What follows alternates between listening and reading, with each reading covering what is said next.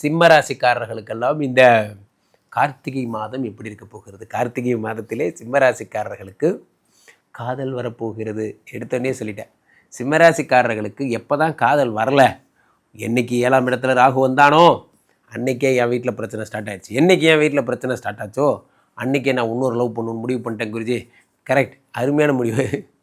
இப்படியே போனீங்கன்னா சீக்கிரமாக டைவர்ஸ் ஆயிரும். அப்போது 7ஆம் இடத்துல ராகு பகவான் வரும்பொழுது காதலிக்காதவங்க காதலிங்க, கல்யாணம் ஆகாதவங்க காதலிங்க, கல்யாணம் ஆனவங்க மனைவியை காதலிங்க. அதை விட்டுட்டு வேறு எதுவும் பண்ணாதீங்க. ஏன்னா 4ஆம் இடத்துல செவ்வாய், புதன், சுக்கிரன் ஒரு ஊரே சேர்ந்து ஆட்சி அடையுது. ஆட்சி அடைகிறது ஒன்றும் பிரச்சனை இல்லைங்க.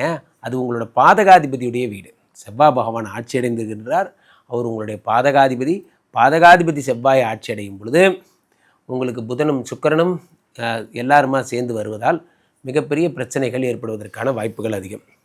அப்போ நம்ம என்ன பண்ணணுங்கிறத பார்க்குறோம். பாதகாதிபதி செவ்வாயை ஆட்சி அடையும் பொழுது வாழ்க்கையில் 4 9 என்பதால் ஒரு வகையில் லேண்டு, வீடு, மாடு, மனை, வாசல், பூமி எல்லாம் கொடுத்துருவார். ஆனால் ஒரு வகையில் நற்பெயருக்கு குந்தகம் விளைவிப்பார். நற்பெயருக்கு குந்தகம் விளைவிப்பார். ஏதாவது ஒரு ப்ராப்ளத்தை பண்ணி விட்டுருவார். நீ கம்பெனியில் லஞ்சம் வாங்கினியாமே ஏதாவது ஒன்று சொல்லி விட்டுருவார். இந்த சிம்மராசிக்காரர்களுக்கு ஒரு பிரச்சனை என்னென்னா, நம்ம அந்த தப்பை பண்ணே இருக்க மாட்டோம்.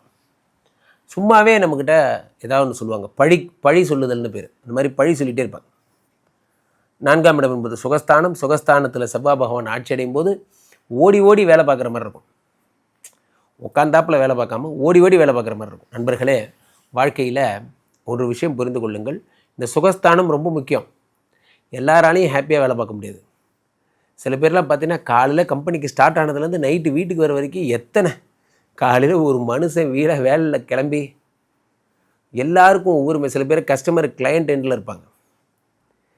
அவங்களுக்கு அந்த டார்கெட் வேறு கொடுத்துருப்பாங்க. இத்தனை இன்சூரன்ஸ் பாலிசி பிடிக்கணும், இத்தனை பேர் பிடிக்கணும். ரொம்ப டஃப்பான வேலை. இதை நான் சமீபத்தில் ஒருத்தரை பார்த்தேங்க. புல்டோசர் விற்கிற வேலை அவருக்கு. ஜேசிபி அதுக்கு ஒரு டார்கெட் வச்சுருக்காங்க. மாதம் 2 ஜிசிபி அவர் விற்றாகணும். அந்த மாதிரி கார் விற்கிறது கூட ஈஸி சார், ஜேசிபி விற்கிறதுக்குள்ளே நாங்கள் படாத பாடுபடுறோம். உண்மைதான், கரெக்டு தான். காரணம் என்னவென்றால் 4ஆம் இடத்துல செவ்வாய் ஆட்சி பெறும்போது எல்லோருக்கும் ஒரு மாதிரியான பலன்களை தருவதில்லை. பெனிஃபிட் என்னமோ மந்த்லி டார்கெட் அச்சீவ் பண்ணிடுறீங்க. ஆனால் அந்த டார்கெட்டை ஜாலியாக அச்சீவ் பண்ணிங்களா, கஷ்டப்பட்டு அச்சீவ் பண்ணிக்கலாங்கிறது தான் அவன் வாங்கிட்டு வந்து வரோம்.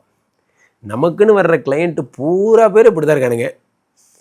நம்ம இவங்களை வச்சு சம்பாதிக்கலான்னு பார்த்தா இவங்க நம்மளை வச்சு சம்பாதிக்கிறாங்க. அந்த மாதிரி 4ஆம் இடத்துல இப்படி இருக்கும்போது எல்லாம் இருக்கும்.